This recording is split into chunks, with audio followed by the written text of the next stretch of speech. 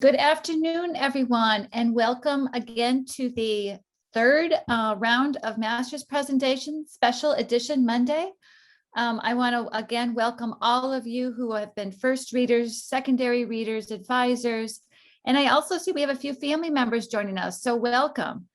So before we begin, I just again want to make sure I shout out, thank you all to Kristen McCormick and Dina Derome for all of their work in handling logistics and putting this all together. So with that, let us begin with our first presenter, who is Paris Lowe. Paris has a bachelor's degree from sociology from the University of San Diego. And the title of her essay is called Experiences of Racism in Prenatal Home Visiting Services, a Qualitative Analysis. So Paris, you can take it away. Thank you so much, Kristen. So for a moment here, I want you all to think back to your work pre-pandemic and ask yourself, how often did I consider systemic racism in my work and in my research?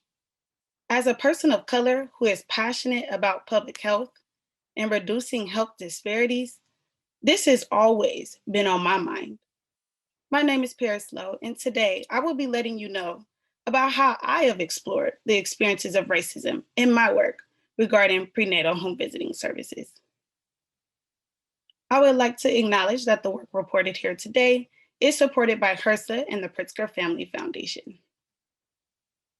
So you might be asking yourself, what even is home visiting?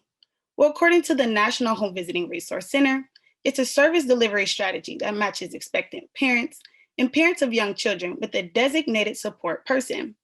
And it has the ultimate goal of promoting good birth outcomes and healthy development during early childhood. So why does this study matter, particularly in home visiting? Well, in the past year alone, there's been a demonstration on a wide scale that systemic racism is a public health crisis, and it contributes to the many health disparities impacting communities of color today. Though healthcare literature has explored ways of addressing systemic racism and looking at the impact of patient and provider interactions on health outcomes of people of color, the home visiting literature has yet to explore this topic. And this study is intended to be one of the first steps in closing this gap in the literature. So I want to acknowledge that I do have a personal connection to this work and why I'm so passionate about Black maternal health. So during my pregnancy, I was a part of a culturally competent home visiting program called Healthy Birth Initiative. And they focused on Black women in addressing the health disparities related to Black maternal health, as well as the higher rates of infant mortality among Black infants. During my pregnancy, I had a high-risk pregnancy where I experienced preeclampsia, and thankfully my home visitor listened to me, acknowledged my concerns, and taught me about the signs and the symptoms. She also encouraged me to advocate for myself during prenatal care visits. However, in spite of this self-advocacy, my doctors still did not listen to my concerns about my signs and my symptoms. And I became eclamptic during my delivery and had a seizure in the middle of my C-section. Nonetheless, I have to acknowledge that I'm still grateful for my home visitor teaching me how to advocate for myself within a system that does not value my body or my health in the same way that I do. I believe that this positively contributed to my pregnancy experience and helped me carry a healthy Black baby to term. So my project was a secondary analysis of a larger parent study focused on moving toward precision in prenatal home visiting. And this is in order to broaden and strengthen the effectiveness in achieving good birth outcomes. And this is done using 4 perspectives, looking at home visiting models, their local programs, the literature that they publish, and lastly, through the perspective of family voice. And here, I want to note that we use the term pregnant people to be inclusive of all of our participants, and to note that in this study, they represent the family voice. My secondary analysis was done using the subset of questions on the larger interview guide that were related to racism and racial concordance. And there were 3 main purposes. First, just to hear about the conversations participants are having with their home visitors about the experiences of racism and discrimination. Secondly, identifying whether participants ever felt treated differently by their home visitor. And lastly, whether they have any preferences for racial concordance with their home visitors. To be eligible to participate, all participants needed to be from these four evidence-based home visiting models: Healthy Families America, Family Spirit, Nurse-Family Partnership, and Parents as Teachers. Our participants also needed to be at least 20 weeks pregnant, self-identify as non-Hispanic Black, Native American, Hispanic, or Latinx, and have experienced a risk factor related to poor birth outcomes during their current pregnancy. As you can see here, our non-Hispanic Black participants were the largest percentage of our sample, with them representing almost half of our entire sample. All participants had a one-on-one semi-structured phone or Zoom interview that lasted about an hour, and we piloted the interview guide with a small group of participants first that were not included in our analysis. This allowed us to adjust our interview guide as needed to ensure questions were clear and understandable. And after conducting each interview, participants were remunerated with a $50 gift card for their time. So for my analysis, I used the deductive content analysis approach. And this approach allowed me to create these deductive codes related to the questions on our interview guide that had to do with racism and discrimination. As you can see, we had a code for conversations about racism and discrimination, being treated differently, preferences for racial concordance, and lastly, a code that was added about home visiting communication. And this was a code that was added to capture the nuances of participants' experiences and interactions with their home visitors regarding those questions on the guide related to racism. So our first major finding: most participants reported no conversations with their home visitors about racism. There were 2 participants that did, and they shared personal experiences of racism, and they indicated positive feelings after sharing. One participant says, "She just tried to talk me through it. I felt like I was able to talk to her and get my frustrations and my emotions out without having to worry about her judging." The second major finding is that no participants reported feeling treated differently by their home visitor. But there was one participant that brought up an important concept. She did not feel treated differently when we asked her whether she did. She mentioned that she did not feel treated differently, but she did recognize that racism can be implicit or covert. And so when we asked her whether she felt treated differently, she simply responded, "I can't really say if she has. She hasn't led on to me." And this is an important concept to remember, given that racism is not always explicit in nature. Our last major finding is that most participants reported no racial or ethnic preferences for their home visitors. But they did mention other qualities of their home visitors that they felt were more important than race or ethnicity. And this perspective was shared across all racial and ethnic groups. One participant says, "I don't think race really affects how someone could be helpful to another person." And this was her reply when we asked her whether she felt like her home visitor should be the same race or ethnicity as her. But there were some other qualities that participants mentioned other than helpfulness. And that includes whether the home visitor is nice, knowledgeable, and fosters a comfortable environment for the participant. So I do want to acknowledge 2 limitations for this project, and that is that this is a secondary analysis with limited probing questions. And so this does mean that the answers might have been a little bit different if interviewers had a chance to dig deeper into participant responses to our original questions on the guide. And the second is that this is a small, convenient sample. And given that all participants were referred by home visitors themselves, this may mean that our sample is more biased in having home visiting clients who have positive relationships with their home visitors rather than negative relationships. But I do believe there are some implications that we can still make from this study. The first is that participants may not identify home visits as a time to have conversations about racism. They may not think that this is an appropriate space to discuss racism, or they may not feel comfortable discussing racism with their home visitors. Secondly, is that home visitors may be intentional in delivering services that prevent participants from feeling treated differently.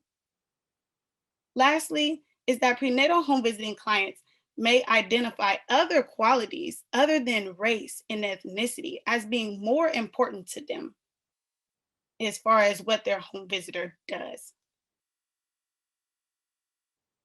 And I would like to acknowledge my readers, Dr. Gimmel, Dr. Terry Powell, Dr. Kelly Bauer, as well as Kay O'Neill for all taking their time to read my essay, as well as my larger team at Johns Hopkins, the Home Visiting Applied Research Collaborative, also the participating models that contributed to this project and their families that are also enrolled in the programs.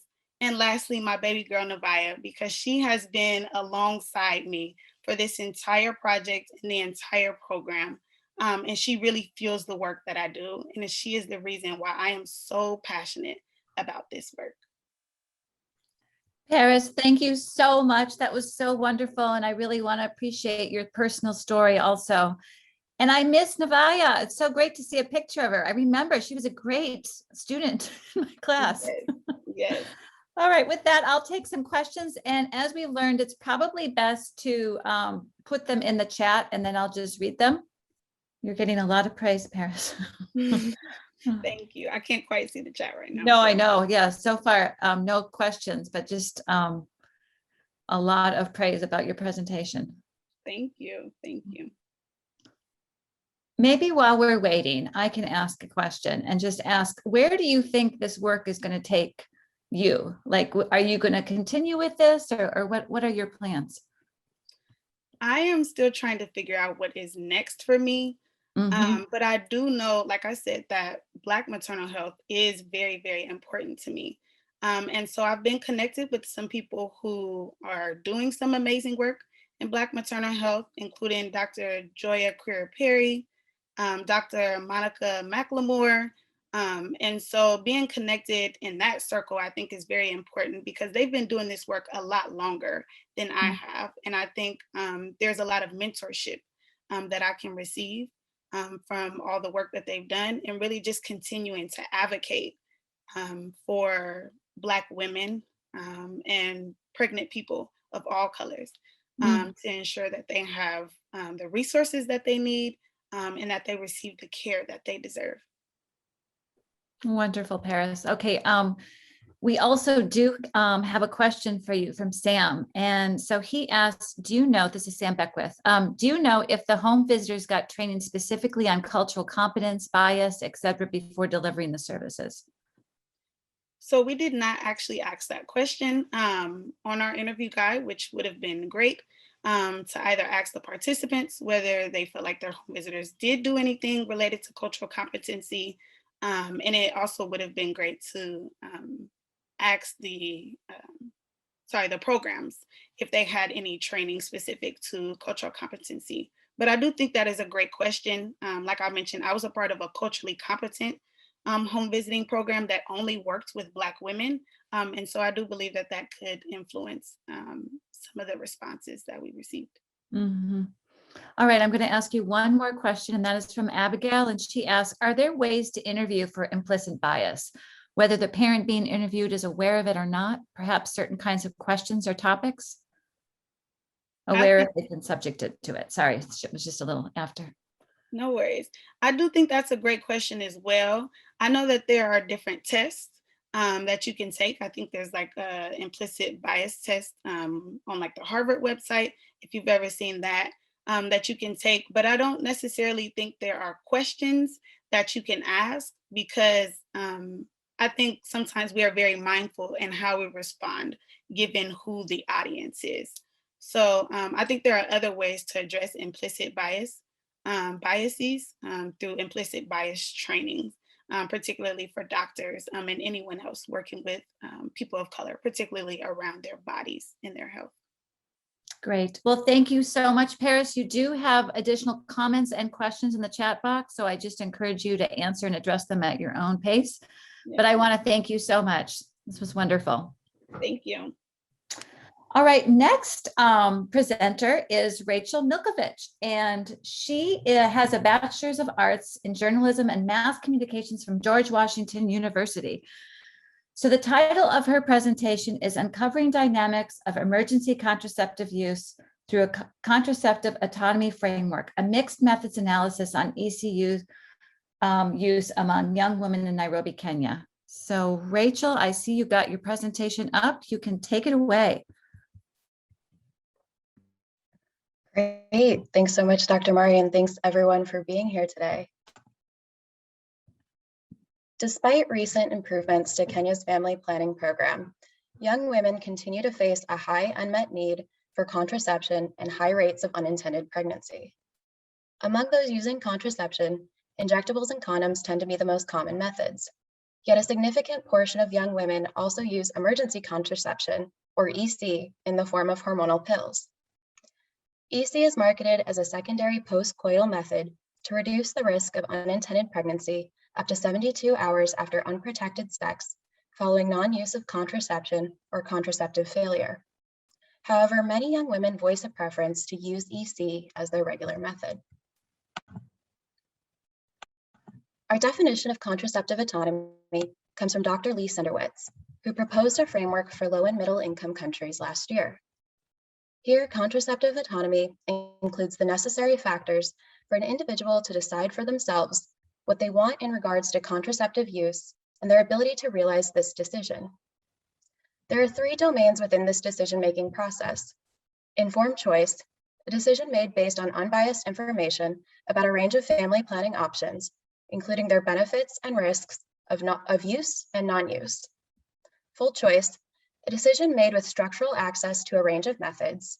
And free choice, a decision made about whether to use contraception and what method to use that is made voluntarily without coercion from sexual partners or health providers.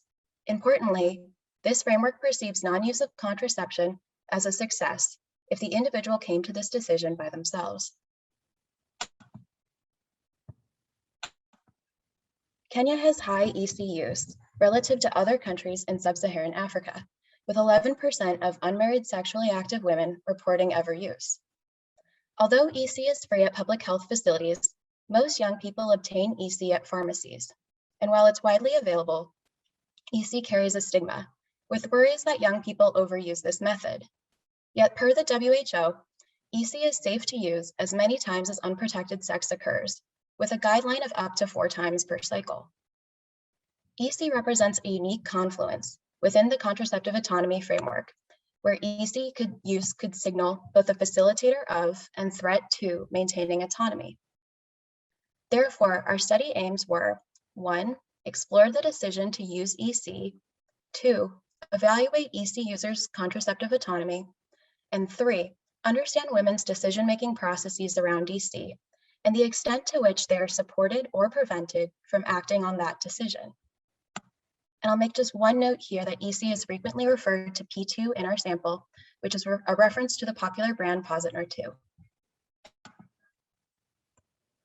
Our analysis was part of a parent study, the Youth Respondent Driven Sampling Survey, or YRDSS, which uses the PMA Agile platform to measure changes in contraceptive use and behaviors among a cohort of young people aged 16 to 25.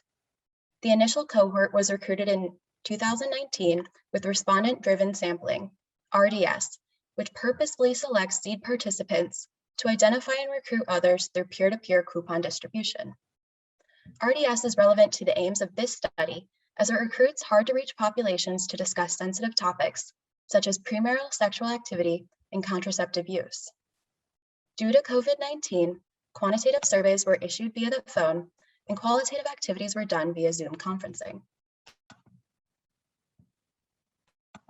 This analysis took quantitative and qualitative data from the YRDSS. In our quantitative component, we looked at young women with an unmet need for contraception using descriptive and bivariate analysis with a 3-categorical variable representing EC users, other method users, and non-users. With this approach, we looked for patterns along demographics, sexual and reproductive health, and within the domains of contraceptive autonomy. Our qualitative activities included focus group discussions, key informant interviews, and in-depth interviews with young female and male respondents and stakeholders, which included providers, local officials, and NGO leaders working with young people. We took a deductive and inductive approach to coding qualitative interviews to first assess experiences with ECUs, and then to understand these experiences within the context of contraceptive autonomy while coding 4 emergent themes. Looking at our quantitative results, first I want to note that these are row percents that measure ECUs as an outcome. And for the sake of time, I did not include results on demographics and sexual and reproductive health.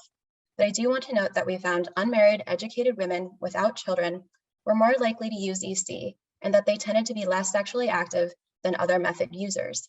And within the contraceptive autonomy framework, we did not find threats to informed choice nor full choice, but did see evidence of a threat to free choice, as EC users were more likely to report method use in response to reproductive coercion and sexual violence.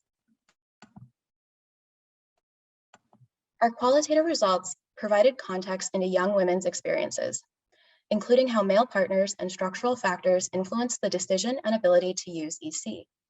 In focus group discussions, young people expressed misconceptions about proper EC use, including concerns that peers engage in repeat use. Misinformation around EC was prevalent among young men who expressed a desire to support their female partners, but falsely believed that EC could lead to infertility. And while not shown here, this concern was also voiced by stakeholders, which reinforced EC stigma. And I wish I had more time to speak about the stakeholders, but what's important to note here is that they repeatedly expressed a perspective around EC that did not align with the actual experiences of young people. Looking at full choice, we observed themes around availability and economic constraints due to COVID. Although our quantitative results suggest that EC users are more protected against COVID-related difficulties, qualitative findings indicate a need to monitor disruptions in access to all methods, as socioeconomic challenges due to COVID are likely to continue.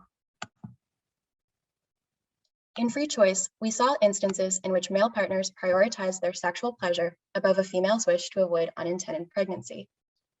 In some cases, men pressured their female partners to use EC to avoid using a condom. However, our current theme in our analysis demonstrates that young women are ultimately responsible for preventing pregnancy, and that a lack of support from a male partner puts them in a difficult position. This is an important finding for the entire analysis, as it demonstrates the dual pathways that EC can represent. Rather than put a value judgment on EC use, it is important that we use strategies to illuminate the context around EC so that we can adjust our public health response accordingly. Our results rest on several strengths. First, the contraceptive autonomy framework is a strong tool to understand the broader context of EC decision-making for young women. Second, our mixed methods analysis added rigor to our study with alignment on several key findings. And we also have some limitations that should be considered while interpreting these results, and I'll just touch on a couple. Because RDS was used to recruit our quantitative sample, outcomes were not independent of one another. Therefore, we used sample weights and survey set the data in our analysis. And we also had a small sample of EC users in the quantitative, which was 53, or about 15% of the study population. However, this proportion aligns with what we'd expect to see in terms of numbers of EC users in Kenya, according to existing literature. Our analysis has several implications for family planning programs. In informed choice, there's an opportunity to improve education for young men. Our results indicate that they are influential in EC decision-making, yet they may deter female partners from using this method due to a lack of knowledge. In full choice, there's a need to monitor COVID-related economic impacts, and this supports a finding from the parent study, which found that young people experiencing less purchasing power due to COVID tend to reprioritize spending on basic needs and may forego purchasing contraception. In free choice, we saw different narratives on EC use. First, reinforcing the importance of EC in response to reproductive coercion and sexual violence, but also nonviolent instances in which men prioritize their sexual pleasure above a female partner's wish to avoid pregnancy. And this suggests an opportunity to educate young couples on shared decision-making models. These results challenge our thinking about autonomy and empowerment frameworks as a whole, because they show that there are two pathways for EC. On one hand, it gives women the opportunity to extend choice with a postcoital option after unprotected sex. And on the other, it represents an outgrowth of constrained choice, in which there was not an option to maintain autonomy until after unprotected sex occurred. So when we ask, is EC a reflection of individual empowerment? The answer is really that it depends on the context, and using this frame better positions us to meet the contraceptive needs of young people. So I want to first acknowledge the great contributions of experts across ICRHK, Kenyatta University, PMA, and the JHU network. Thank you so much, and especially to the analysis team. It has been such a pleasure to work with you over this past year. And I'd also like to thank Dr. Moreau and Dr. Decker, who are readers for this essay and have been wonderful mentors throughout my time at Hopkins. And a special thanks to Dr. Wood, who also provided guidance and mentorship throughout this process. And lastly, thank you so much to my family, friends, mentors, colleagues, and most importantly, my wonderful PopFam MSPH cohort. And I'm so proud of all of us. Thanks, everyone. Thank you so much, Rachel. Wonderful presentation, very relevant. I will take questions right now again. And so I encourage students especially to start typing, and I will try to prioritize your questions, but I will generally work with what I see in front of me. So, okay, it looks like we have a question from Gabriella. Looking at your age range, 15-year-olds and 24-year-olds can have a pretty different lived experience. Did you see any age differences in EC decision-making? Great, that's a great question. And when we did look at age across the different EC groups, we didn't see that it was statistically significant, so not related. EC users weren't more likely to be in one of those age groups, but they did skew a little older, around 22. But then also in the qualitative interviews with those two age groups, we didn't really see, striking norms and differences in norms between the two groups either. Okay, and I missed two from your other peers. So Rachel asked, could you talk about any potential threats you saw to contraceptive autonomy for other method users, such as condom users? Sure. And so in this analysis, we made the other users group as basically anyone that wasn't using EC.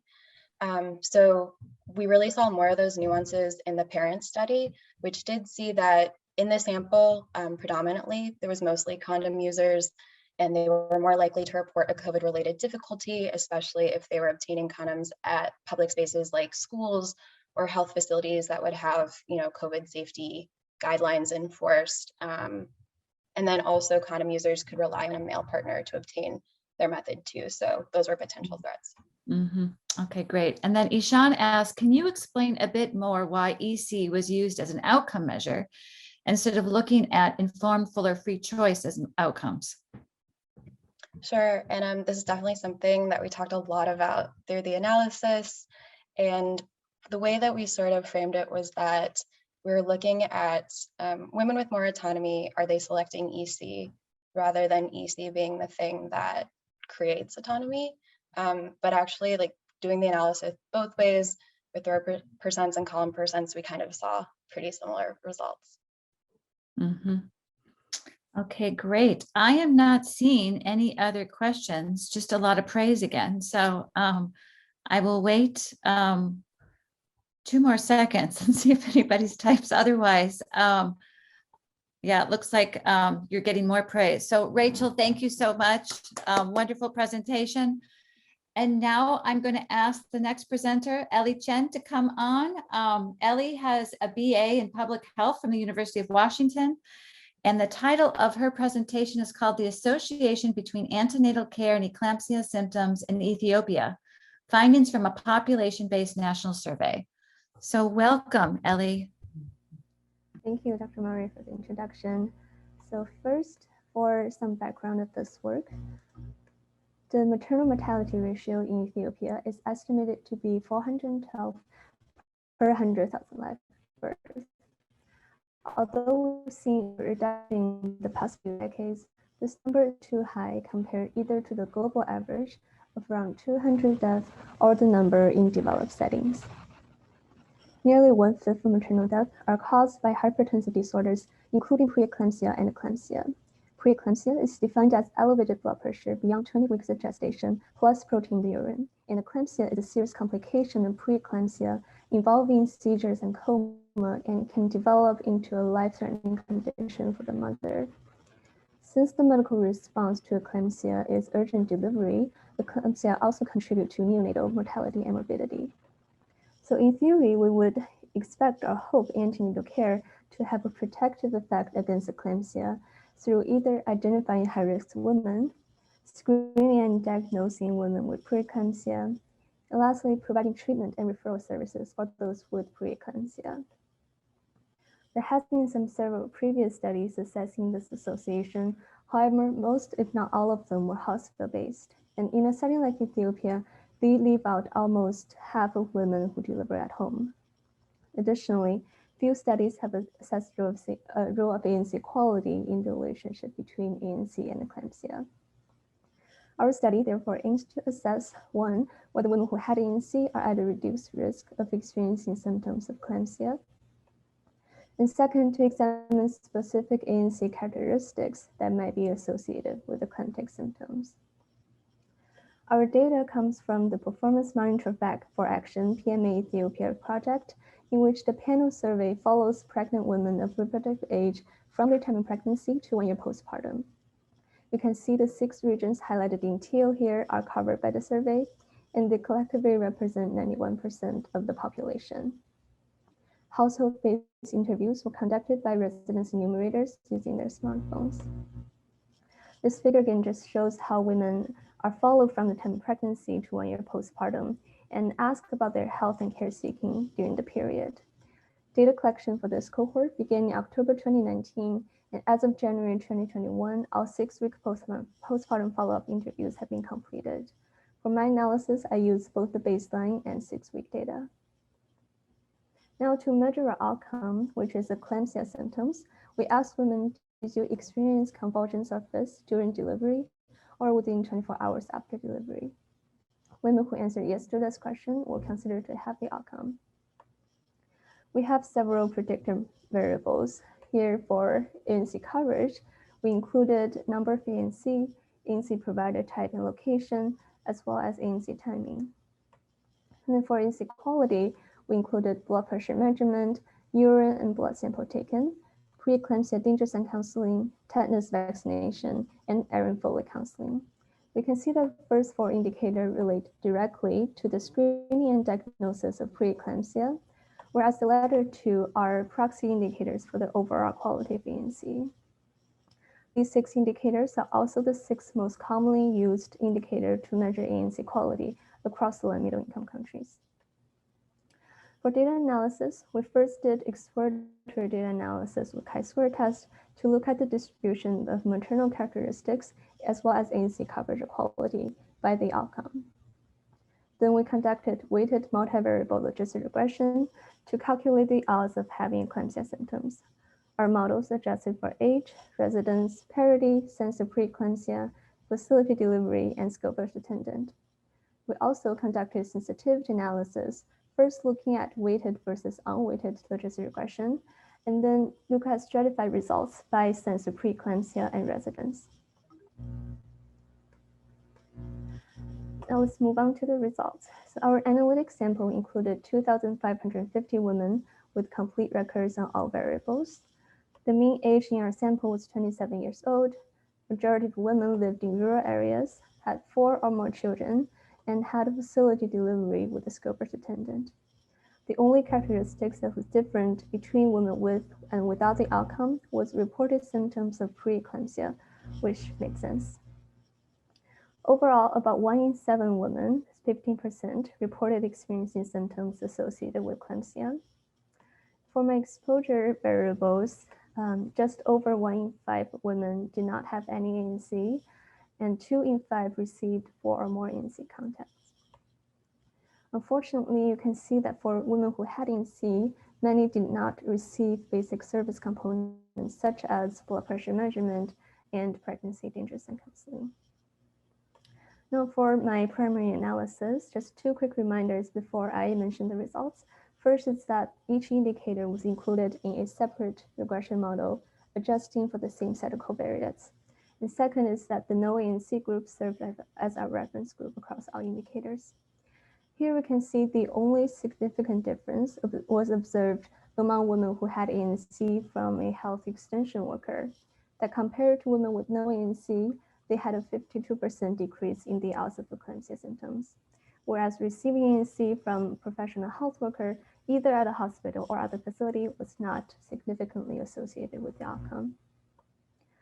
Moving on to ANC quality, here each indicator has 3 categories. One is no ANC, which is the reference group.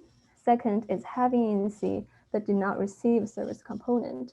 And the third category is having ANC and receiving a service component.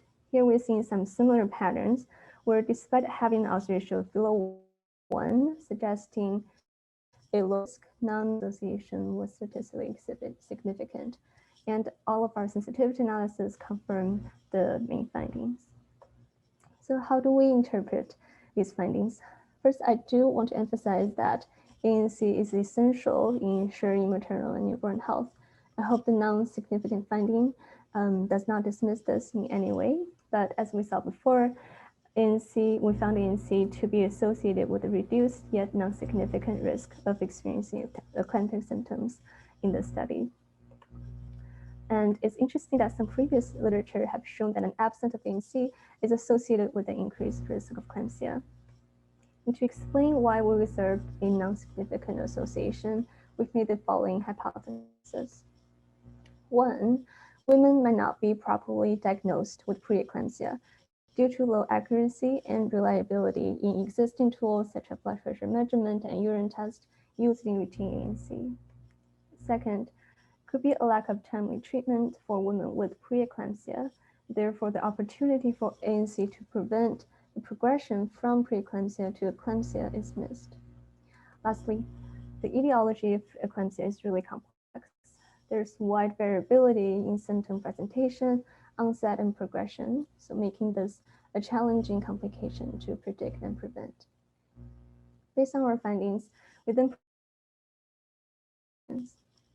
first is to address technical challenges with implementing existing tools to manage hypertensive disorders in routine ANC. Those strategies will include improving the accuracy and reliability of blood pressure measurement and, for example, creating a checklist for providers to screen for high-risk women. Second, health authorities should ensure the availability of preeclampsia treatment in all facilities that provide ANC. Lastly, since we saw there's no one-size-fits-all regimen to prevent eclampsia, we should really promote regular and easy access to high-quality care for all women. For conclusion, in this study, we found a negative yet non-significant association between ANC and the risk of eclampsia symptoms. Further policy efforts are strongly encouraged to better implement screening, diagnosis, and treatment interventions in routine ANC to reduce and manage hypertensive disorders during pregnancy. Now for my favorite parts, I first really want to thank my first and second readers, Dr. Sally Safi and Dr. Pam Donahue, for their truly unreserved support throughout the journey. Many thanks to the entire PMA Ethiopia team. I've learned so much from every one of you, and especially thank you to the field worker and participant of PMA Ethiopia for overcoming unprecedented challenges over the past year. I want to thank the Bill and Melinda Gates Foundation for supporting this work, and my sincere gratitude to all PFRH faculty and staff, and as well as mentors who supported me in the past. Of course, my amazing 2021 cohort, who I'm super proud to be a part of. And last but not least, thank you to my family and friends for always being there and supporting me. And with that, thank you very much, and I'm happy to take questions. Thank you so much, Ellie. That was wonderful. And you were already getting questions, so let me just fire away. So your first question is from Nika. She says, how did you select your confounding variables? And why did you choose not to include SES as a confounder? Great, Nika, that's a super great question. Just go back a few more slides. For my confounding variables, I included age, residence, parity, sensory preeclampsia, and facility delivery. So everything but residence was included based on previous literature showing their association with both my exposure and outcome. included residents because the setting of ANC and is really different depending on urban and rural areas in Ethiopia. And you are right that I didn't include SCS in my final model, but I initially included them at first and then did a Lincoln test in Zasztowt to see whether the results are different between a model that included all the confounding variables and the one that I currently used. And it turns out they were not different. So I chose to go for a more parsimonious model and didn't include SCS. Thank you for the question. Great. Lena asks, how did you interpret the significant association between receiving ANC from a health extension worker, but not professional healthcare workers, and eclampsia symptoms? Yeah, thanks, Lena. That's a super great question again. So this finding kind of baffled me a bit at first as well, because at first I thought maybe women who sought care from a health extension worker are at a lower risk. If they're not experiencing concerns or complications during pregnancy, there might be not a need for them to go to a health facility. But then when we think about the reference group being the no ANC group, this finding doesn't really make sense. So I'm not sure exactly why we observed this finding, but we can see that upper confidence interval is really close to 1 and similar with some of the other indicator of having a confidence interval just above 1. So I do think this is an interesting finding, but perhaps does not distract us away from the overall non-significant association. Okay. Haley asks, what do you think are the implications of using a population-based sample versus a hospital-based sample to study this association? Yeah, great. It's an excellent question. So yeah, in my gaps in literature section, I mentioned a population-based study in this case definitely needed because women with home delivery, their experiences are missed in hospital-based studies, and they could represent a really different group of women, potentially with less access to care, lower SCS, and even their risk profile and perception about healthcare. So using population-based sample provides us the opportunity to improve generalizability. However, in this study, in this survey, we did not collect additional data on additional obstetric characteristics, such as previous C-section, previous pregnancy complication, and maternal BMI, as we would have in a hospital-based study. But I would say that we have a lot of confidence in the PMA data quality. And if the study was to be designed for this study objective in particular, we would have been able to achieve both a population-based sample as well as a more thorough control of the confounding variables. That's a great question and really interesting in thinking about the trade-offs of using different populations and the implication on internal and external validity. And thank you for the question. I just have one more quick question to ask from Susan, and she just asked, were there any measures of ANC quality that you would have liked to have for your analysis that you didn't? Yeah, that's a great question. So for example, yes, for urine and blood sample tests, we only ask women, did you have those tests taken, but do not ask them whether they received the results of those tests or whether they had a diagnosis from any of the tests. So that's something, yeah, that would be interesting to look at as well. Okay, well, thank you, Ellie, so much for your presentation. And I am now going to welcome our next presenter, who's Kylie Willis. Kylie comes to us from the University of Georgia. She has 2 different degrees, one a BS in health promotion and the other a Bachelor of Business Administration and Marketing with professional sales emphasis. So the title of Kylie's presentation is called The Evolution of Pre-Exposure Prophylaxis, or PrEP, Campaigns in Sub-Saharan Africa between 2014 and 2020, a thematic analysis. So welcome, Kylie. Thank you, Dr. Mari. And per the title, today's presentation will focus on pre-exposure prophylaxis, hereon referred to as PrEP, which is a pill composed of 2 anti-HIV medicines designed to be taken at least 7 days prior to one's risk exposure, and then daily as long as one remains at risk.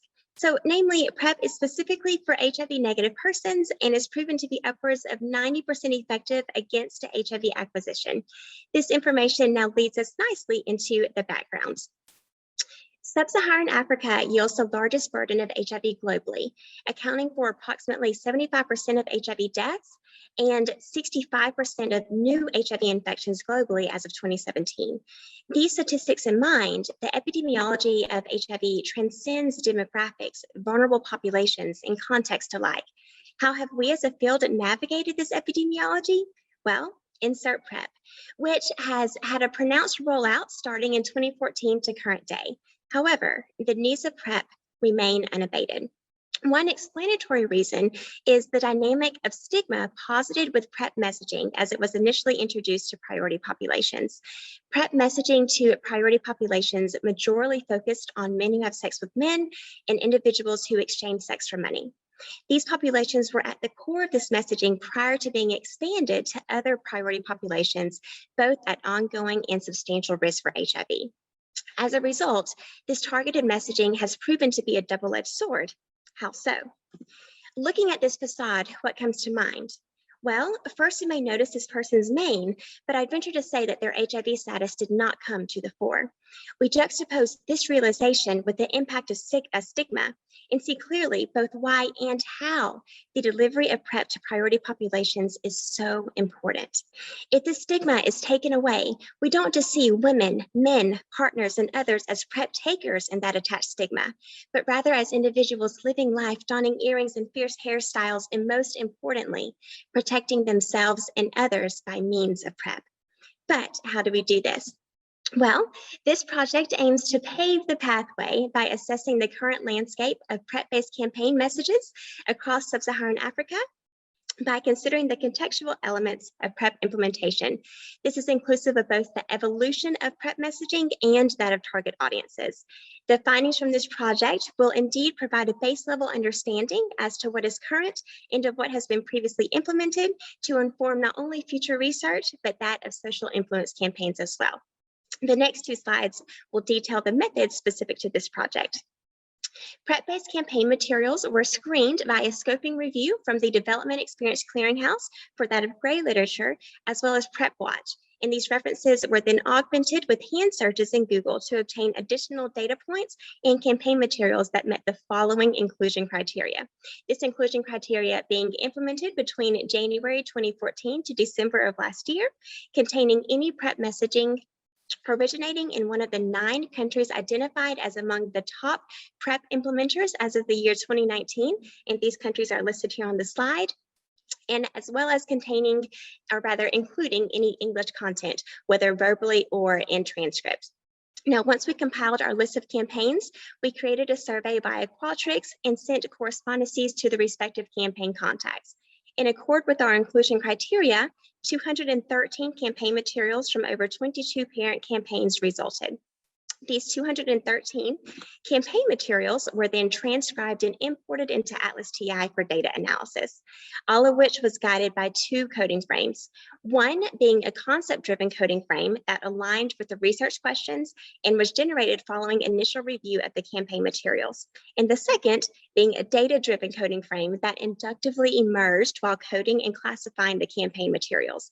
This first round of coding was applied to both the campaign messaging and the background and visual elements, whether implicit or explicit, to capture the recurrent patterns and themes. And the second round of coding was to classify elements for an analysis of overall trends. Now, while this project was a 3-part analysis, today's presentation will focus on the highlights of the first and second analyses. Featured in front of us is a campaign implementation timeline of the 22 parent campaigns selected, juxtaposed with word clouds capturing messaging unique to the time period bracketed. In 2015 particularly, the overarching messaging was that of sex positivity paired with themes of access to PrEP, inclusive of availability of free resources and information repositories. Correspondingly, the word cloud provided linkages between PrEP and ease of incorporation into one's lifestyle. Now, messages specific to campaigns implemented in the year 2016 primarily focus on the mechanics of PrEP with inclusion of the purpose and components of PrEP. So this includes things such as daily medication, the composition, as well as the frequency of the medication. Now, in contrast to the individual expressions evoked in the years previous, 2016 focused on the dissemination of factual information about PrEP, while also raising attention to and dispelling contradictions often associated with the daily medication. In its totality, campaigns in the year 2016 effectively identified both the purpose of PrEP and that of the intended user. Now, moving along to 2017, a compilation of themes implemented in the previous 2 years were pronounced as the messaging captured the informational element coupled with perceived benefits associated with taking PrEP as instructed. Now, while greater emphasis was placed on adherence, sub-themes of personal autonomy and decision-making were nicely woven into this narrative. Building upon the messaging of personal autonomy, campaign materials in the year 2019 really redirected these sentiments of power to overarching messages of empowerment for the interplay between expressions of personal autonomy, individual responsibility, and perceived benefits relative to PrEP. The most recent data as of the year 2020 placed emphasis on partner communication and messaging aimed to link HIV-negative individuals to their healthcare provider, as well as exemplified healthy partner communication in terms of disclosing PrEP use and maintaining a supportive relationship from both an emotional and biological standing. Now that we've reviewed the evolution of messaging, we'll consider who the messaging was targeted to across time. As we review the presented Sankey diagrams, it may be helpful to note that the thickness of the line is relative to the number of campaigns. Namely, a thinner line represents a smaller number of campaigns linked to the code of interest compared to a line that presents as thicker in width. So on the left-hand side, we see the years populated from 2015 to 2020, and on the right-hand side are that of the target audience categorizations. A particular precedence is that of the years 2016 and 2019. From 2015 to 2016, a stark shift in focus to a broader array of priority populations is depicted, particularly the emergence of adolescent girls and young women. Now, despite limited representation, the emergence of the family guardian target audience signaled an introduction of interpersonal level influence among priority populations. Now, regarding 2019, and despite the large increase in the volume of campaigns, the target audiences do correspond generally with years previous, as adolescent girls and young women represent the largest proportion of campaigns. And campaign materials that specifically targeted healthcare providers were 2-fold times higher compared to data in the year 2016. Now, one of many themes from this messaging segmentation that I hope to raise attention to today is that of gender and power dynamics. Regarding the evolution of interpersonal messaging, the following excerpt highlights gender and power dynamics existent among partners. And I read, "I care about my partner and don't want her to get HIV. I support her taking PrEP." As presented, this excerpt draws attention to the need for partners, whether in casual or established relationships, to be supportive of one taking PrEP to protect themselves. Now, the following excerpt really aims to address these differential dynamics of communication to preclude lack of support from the partner, stating, "Until there's a good level of trust in this relationship, I'm still going to use these pills." And following, verbiage also directly contributed to power dynamics inherent to the patient-provider relationship. Specifically, the provider-focused messaging discussed the impetus on the provider to not only educate themselves about PrEP, but to subsequently use their platforms to raise awareness through colleague-to-colleague and patient-to-provider modalities. In its entirety, these power dynamics address stigma firsthand and aim to revert this behavior through onset of positive and dutiful framing. Now, this project is not void of limitations as are featured on this slide. However, there exist many strengths and public health implications. To our knowledge, this is the first landscape analysis to assess the evolution of campaign materials and messaging to this degree of granularity across the region.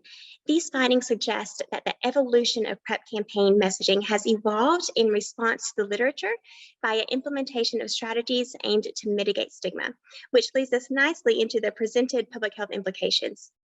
starting with increased messaging of PrEP adherence and persistence being needed, as well as an expansion of messaging at the interpersonal level, otherwise known as the 4 Ps, that of peers, partners, parents, and providers. And lastly, collective efforts to reframe the promotion of PrEP from that of sex work to that of healthful lifestyles is imperative. In conclusion, we take these known facets of destigmatizing and positive messages and apply these to the analyses presented today via PrEP messaging to not only reach the brilliant minds of priority populations across the region, but also their hearts, to serve as a beating promise for their healthful futures. In true qualitative fashion, I thought it fitting to highlight the individuals, the teams, and the lovely cohort whose support and unfailing love have made this project possible. To each of you, I extend my sincerest gratitude and thank you. Kylie, that was so interesting. Thank you so much. So I'm going to, again, take some more questions in the chat box. So everybody go ahead and type away. Arti has a question for you. Can you talk about what type of campaigns were analyzed? Absolutely can. Yes. So our campaigns, it was also across a myriad of mediums. So we had not only static content, that being flyers, posters, informational pamphlets, and brochures, but also interactive media, being that of videos and social media campaigns as well. Okay. Gabriella asked, can you discuss how the 9 countries were selected? Was there a reason why the top 10 were not selected? I absolutely can. So as was mentioned in the presentation, the top 9 countries were selected from an article that was published just recently in 2019 from Irungu and Baton, and they listed the proportion of the top PrEP implementing countries. So we chose for the top 9 because the 10 and so on, really that threshold there was difficult to differentiate exactly who was being targeted, or rather to what extent PrEP was being implemented within the country. Henceforth, we chose the clear threshold at the 9 top countries. Great. Okay. I'm not seeing, just you're getting a lot of praise, but I'm not seeing any more questions. Maybe I can just jump in with a question while we're waiting, maybe for one more is, how do you think these findings should be disseminated? Like, who needs to really be at the table to hear these findings? Excellent question, Kristen. Well, I can tell you that our hope for this is, this was part of the PrEP R01 led by Dr. Cherie Swartz. And so our hopes are that these findings will provide a nice basis for understanding that will lead into our social influence campaigns that will be apologies for my lack of words here, but rather they will be researched by cluster randomized trials. So this will give us an opportunity to see exactly who these messages are best targeted to, but also, and as far as understanding these messages, what content these messages need to include. Mm-hmm. Wonderful. I guess I accidentally grabbed Gretchen's question as well. Okay, I think that's everything. So thank you again, Kylie. It was so interesting. Wonderful job. And now our last presenter, Olga Zasztowt. Why don't you come and, oh, there you go. You're putting your screen on. Wonderful. Olga has a Bachelor of Science degree in biology from Santa Clara University. And as you can see here, the title of her presentation is Medicaid for Reimbursement of Doula Services, a Case Study in Maryland. So Olga, welcome. Thank you so much, Kristen, for that wonderful introduction. I'm going to go ahead and jump right in. So I first just wanted to go over the objectives of my presentation. I'm going to start by defining doula work and the need for it. I will describe the evidence for doula support during labor and review existing state strategies for reimbursing doulas via Medicaid. I will also talk about my Maryland Doula Reimbursement Survey and suggestions for future policy work in Maryland based on those insights. So doulas provide physical, emotional, educational, and advocacy services to pregnant people throughout pregnancy, birth, and postpartum. Increasing access to these professionals has been suggested to improve maternal health outcomes and disparities and reduce the impact of racial bias within labor settings. As part of this work and considering doula reimbursement through Maryland Medicaid, we were interested in the evidence that determines the impact of doula support on maternal health outcomes. So I conducted a literature review and isolated 4 randomized controlled trials that used specifically trained doulas within the US or Canada in hospital-based settings that evaluated objective birth outcomes. The first of the selected studies was conducted by Hodnett and Osborne in 1989. It recruited participants from childbirth education classes in Canada. Doulas participating were self-employed labor coaches with at least 20 births in their experience. It was determined that the doula group had lower rates of episiotomy and lower usage of anesthesia. However, duration of labor, rates of cesarean, and use of oxytocin did not differ significantly between groups. There was some potential for confounding here as participants were recruited from childbirth education classes, which may skew some of the outcomes seen. The next study was conducted by Kennel in 1991. This study recruited participants upon admission at a public hospital in Texas, and the doulas serving had 3 weeks of specialized training, prior to the study. Participants were randomized to receive doula care or observation care, and a control group with standard care was recruited post hoc by reviewing medical charts. After analysis, it was determined that the doula group had reduced rates of cesarean section, use of forceps, use of epidural anesthesia, duration of labor, and use of oxytocin. However, there was no difference in use of perineal anesthesia. Limitations of the study included the recruitment methods. Because participants were recruited to the control group after the fact, there could be some differences between these groups. The third study selected was conducted by Gordon and colleagues in 1994. The study recruited participants from clinics serving in a health maintenance organization in Northern California, and the doulas that participated had previous training and had attended at least 2 births. Participants were randomized at the time of admission to receive doula standard care, and after analysis, the doula group showed reduction in use of epidurals in 2 out of 3 study sites and were more likely to report a positive birth experience. Rates of oxytocin, cesarean delivery, vaginal delivery, and use of analgesics did not differ between treatment groups. A potential weakness of the study was that doulas were not present with patients from admission, but were called in later as needed. So doulas may have arrived after patients had agreed to labor augmentation or epidural. The final study considered was by McGrath and colleagues in 2008. This study recruited participants from childbirth education classes who were delivering in a university hospital in Ohio. Doulas participating had previous experience and equivalent training. It was determined that the doula group here had lower rates of cesarean and epidural use. However, use of oxytocin and length of labor were not compared across treatment groups. So from this review, it was evident that methods, doula training, and measures varied significantly across studies. However, we can conclude that doulas have an impact on cesarean rates, as rates reduced on average by 10% in 3 out of 4 studies. Use of oxytocin and epidurals also declined in doula groups in 3 out of 4 studies. Vaginal delivery with forceps, duration of labor, and use of episiotomy were only evaluated by single studies, so further research would need to be done here to determine the effects that doulas may have on these interventions. Okay, now I want to talk about some existing reimbursement models from other states.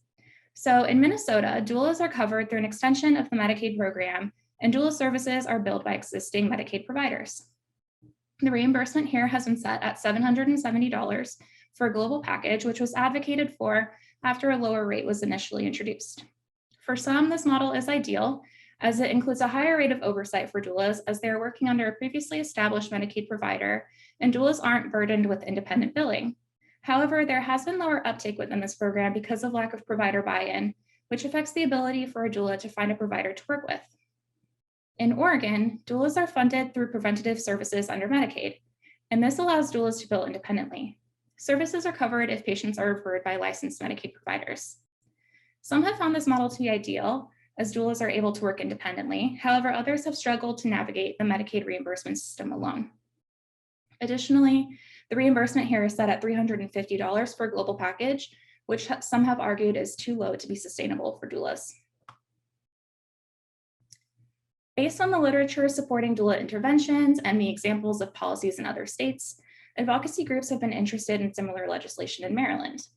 There was a previous attempt at legislation in early 2019, but it failed to adequately engage the doula community. So in the fall of 2019, a mixed methods survey was developed to determine if doulas are interested in Medicaid reimbursement. This survey also sought to determine which reimbursement model was preferred between Minnesota's, Oregon's, or something else, and if doulas perceived any barriers to reimbursement based on these models. Participant recruitment was purposive, meaning we identified doulas and doula collectives who were serving in the state of Maryland through Google searches and online directories, but the survey was also distributed via social media and word of mouth. 90 responses were collected by September 2020, and subsequent analysis included descriptive statistics and inductive thematic analysis of open response questions. All right. We gained a lot of interesting insights, but for the sake of time, I will only highlight a few aspects here. So participants provided services spanning across the entire state of Maryland, and 91% lived in Maryland. 46% of respondents identified as white, 30% as Black, 2% as Latinx, and 22% were mixed race. 94% of respondents had trained with certifying organizations, and only one respondent hadn't trained with any organization.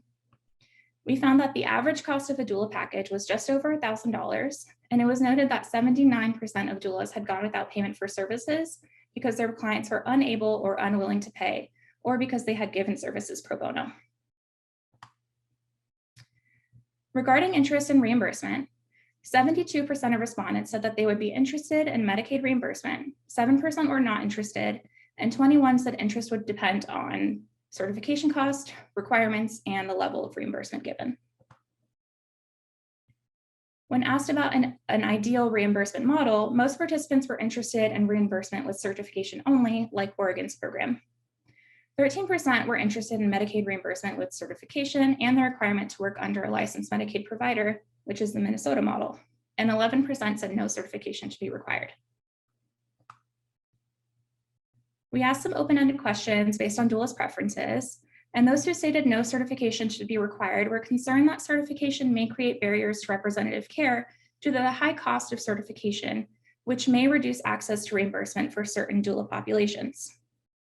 Those who are interested in certification only said that this might be more streamlined for doulas as it would allow them to become independent providers, and some were concerned that working under a physician would restrict the way that they practice. Those interested in billing through a licensed provider said that working under a physician may reduce the burdens of doulas billing independently and may improve access to the Medicaid patient population. So when considering future steps in policymaking, some important insights from the survey are that doulas should be involved in policymaking at every step, as many doulas held fears that their industry would become regulated by persons unfamiliar with the trade. Further, reimbursement should be equitable across communities so that representative and concordant care is prioritized for patients when desired. Certification costs and recertification costs should not be a barrier for entry, and there should be diversity within certification bodies. Finally, billing should be quick and easy, and reimbursement should provide a living wage for doulas working full-time. I wanted to close out my presentation with this quote from a participant, which I think excellently sums up most of the themes that we've talked about. And they say, "Having access to any reimbursement would make my life more sustainable. I have to pay out of pocket for supplies, training required for my continuing education, fees for recertifications, transportation and food when taking moms to doctor's appointments. I could serve the underserved without depleting my own household budget. Doulas can facilitate a working solution to combat the biases and racism that is unfortunately too common in the maternal healthcare system. Placing value on this profession and all it can offer has the potential to positively influence change on many levels." Finally, I wanted to thank some individuals who have helped me along the way, including my first and second readers, Donna Strubino and Kristen Mari, who provided valuable guidance and feedback throughout my writing process. I want to thank my preceptors at NARAL Pro-Choice Maryland, who fueled my passion for policy and advocacy. I want to thank everyone at Reim who helped me with this project and trusted me with the data. And finally, big thanks to my friends, family, and my cohort who made this entire experience truly exceptional. Wonderful job, Olga. I will just man the chat as I've been doing. So we've got a question. Questions are coming in right away. So let me get to it. Nuria asks, can you speak a little to the differences between community-based doula and a traditional doula? Is there evidence supporting their expanded model of care? Yeah, of course. So I actually prepared extra slides because I talked about this in my paper, but I didn't have room. So let me just pull that up. All right, so community-based doulas provide the same supports as traditional doulas, but they actually offer additional home visiting services, assistance navigating social and health services, and they provide additional referrals. They typically also have a shared cultural background with their clients. As far as evidence supporting community-based doulas, RCT evidence is limited as there's only been 2 studies that evaluate community-based doulas, and only one evaluated objective birth outcomes. So that showed that there's an increase in the likelihood for clients to attend childbirth classes and reduced use of epidurals, but there wasn't really a difference in C-section rates. Qualitative studies have shown that clients receiving expanded services have improved knowledge of childbirth and parenting, and doulas also report really positively on providing these expanded services, especially when they're within their own communities. However, there were some fears of burnout. So I really think that this would be an important next step when evaluating doula care in the United States, especially when we're considering the impact of racial biases within labor settings, and that it would be helpful if there are some randomized controlled trials comparing traditional doulas to community-based doulas to see if there's any additional differences in services provided to patients. Mm-hmm. Okay, great. Gabby asked, I appreciate the focus on a specific state Medicaid program. Are there other paraprofessionals whose certification and reimbursement methods could be used as policy models? Yeah, so this is my final slide that I added because I spent a lot of time researching this in my paper as well. So in Maryland, there were 3 additional paraprofessionals whose certification and reimbursement I investigated to see if any would be a good model for doula reimbursement. So that included community health workers, home visitors, and care coordinators. Home visitors are certified at the federal level, and they're funded by state grants and by Medicaid. Care coordinators are certified independently at the national level and funded through Medicaid grant programs. So I think that community health workers actually provide the closest policy model because they are certified at the state level. Certification standards were set by a working group, which also established grandfathering practices. And I think that could be particularly useful for experienced doulas who don't have an existing certification. And this group also meant to set long-term funding, but that's still pending as of 2021.